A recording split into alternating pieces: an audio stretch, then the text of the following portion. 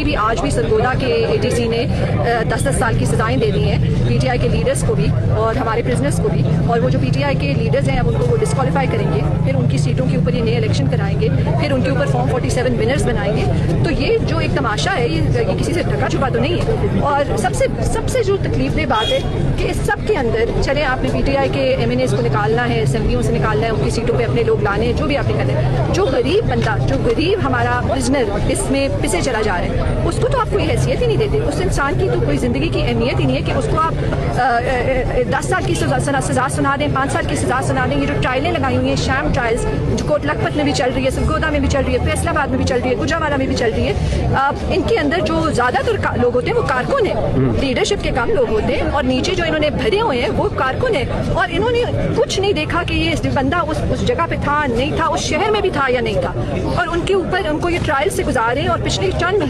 कितने महीनों से गुजारे, यहाँ तक कि उन लोगों के पास इतने पैसे नहीं है कि वो ट्रायल के ऊपर आ सकें, क्योंकि वो रोज सुबह से लेकर रात तक इधर ट्रायल में होते हैं, उनकी कोई नौकरी नहीं है, वो कोई काम नहीं कर सकते। और उस दिन मैं उन लोगों से पूछ रही थी, क्योंकि मैं जाती हूँ, मैं खुद ट्रायल पे जाती हूँ, मेरे से बातचीत करते हैं, और मैंने उनसे पूछा कि आप लोगों ने सोचा कि अगर सजा मिल गई तो क्या करना है। तो उन्होंने मुझे कहा कि हम जेल जाएंगे। मैंने कहा यही आपका फैसला है? तो उन्होंने कहा हमारा यही फैसला है, क्योंकि अगर हम जेल नहीं गए तो इन्होंने हमारे खानदान वालों को तंग करना है, और हमारे खानदान और हमारे पास पैसे नहीं है कि हम जेल ना जाएं। तो हमारे लिए बेहतर यही है कि हम लोग जेल ही चले जाएं, और हमारे खानदान वालों को भी यही लगता है कि हम जेल ही चले जाएं तो बेहतर है, क्योंकि हम ये ट्रायल्स और भागने का और इस सारे तशद्दुद का खर्चा नहीं उठा सकते। तो ये एक आम आदमी के साथ इस मुल्क में ये आप उसके साथ आपने किया है कि आपने उसकी लाइवलीहुड भी ले ली, आपने उसके घर का सुकून तबाह कर दिया, आपने उसके बच्चों की जिंदगी तबाह कर दी, आपने उसकी जिंदगी तबाह कर दी। अब वो बंदा कहता है कि मुझे तुम जेल ही डालो।